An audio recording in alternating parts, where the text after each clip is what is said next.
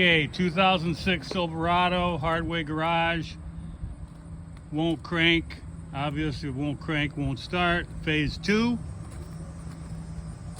One of the videos we looked at said to check your connections for ground wires, corrosion, mainly corrosion around bolts on ground wires and stuff like that.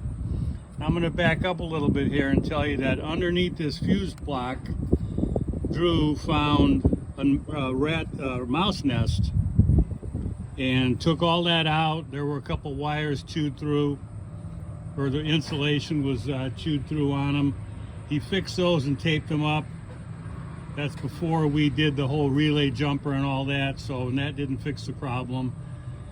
So, saw those videos and Drew decided to get under the truck and climb around a little bit.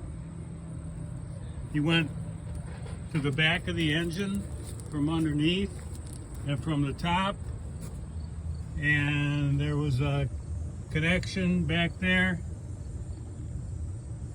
and that bunch of wires that had some more wires chewed through it. 2 wires were chewed through, a couple of insulation chewed off. So just to see if that was it, he put some jumpers on the ones that were chewed through. We were ready to send in the PCM, the computer, which is right there, which we were about ready to do, and Drew gave it one more valiant effort. And when he looked around and found those chewed through back here, there were 2 more that chewed through, and he put the jumpers on them, and lo and behold, the damn thing started. So bottom line is, check your wires for mice chewing through them, especially if the truck sits outside.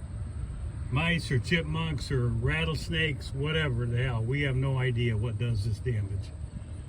But he's got them all jumpered together now, taped up, crimped, whatnot, and we're in good shape. That's the end of it. Hope you enjoyed the video.